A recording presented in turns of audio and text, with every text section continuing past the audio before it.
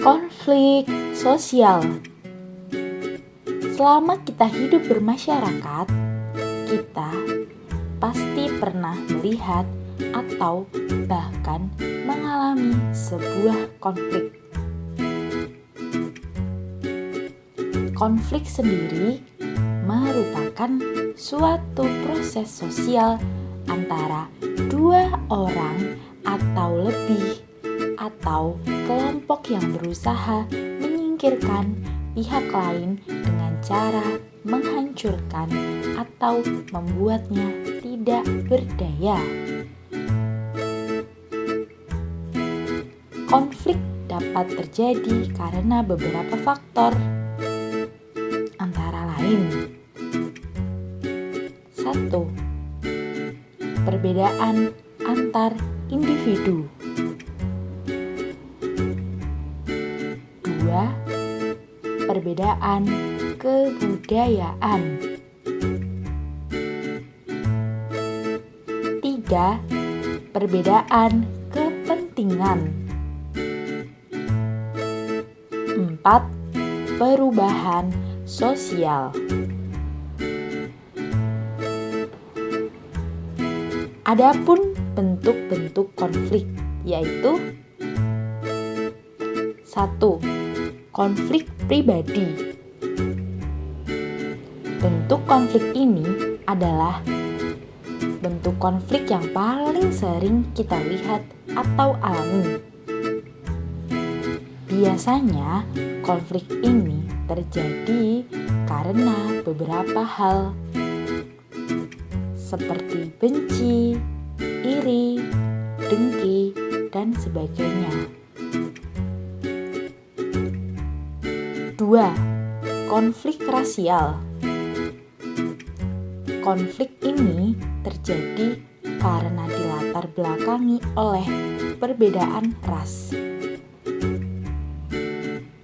Contohnya adalah konflik ras anti-Asia yang belakangan ini terjadi di Amerika.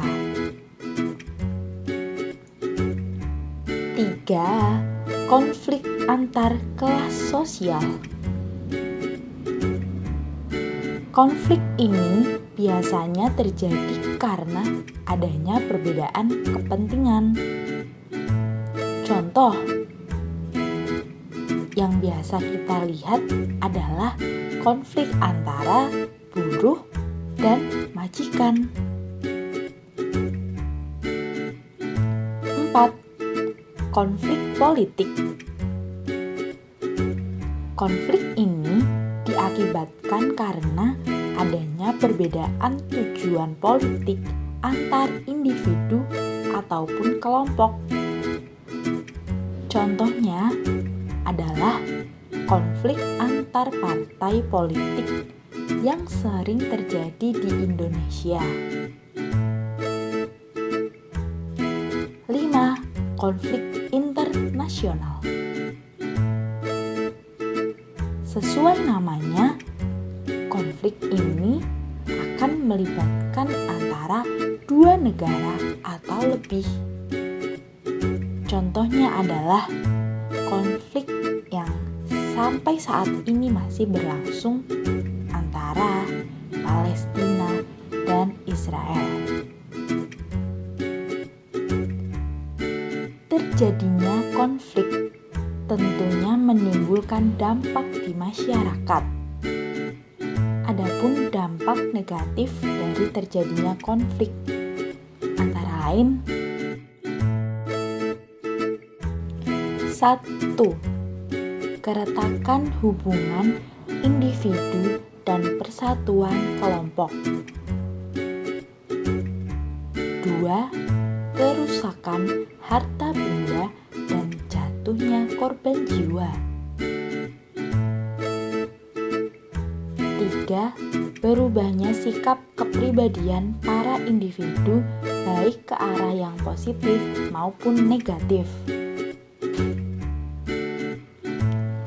4. Munculnya dominasi kelompok pemenang atas kelompok yang kalah.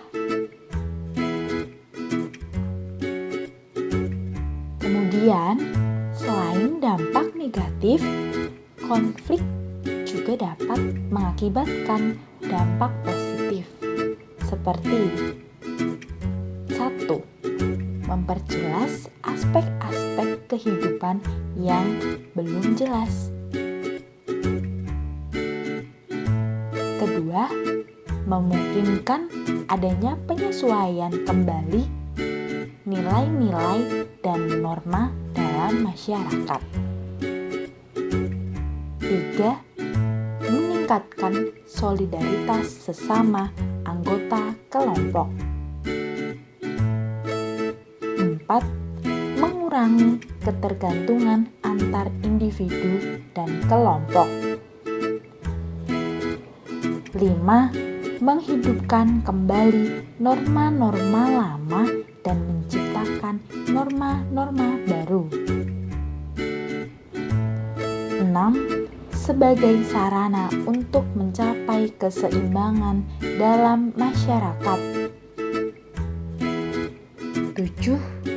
Dapat menciptakan kesepakatan baru dalam masyarakat apabila terjadi keseimbangan kekuatan.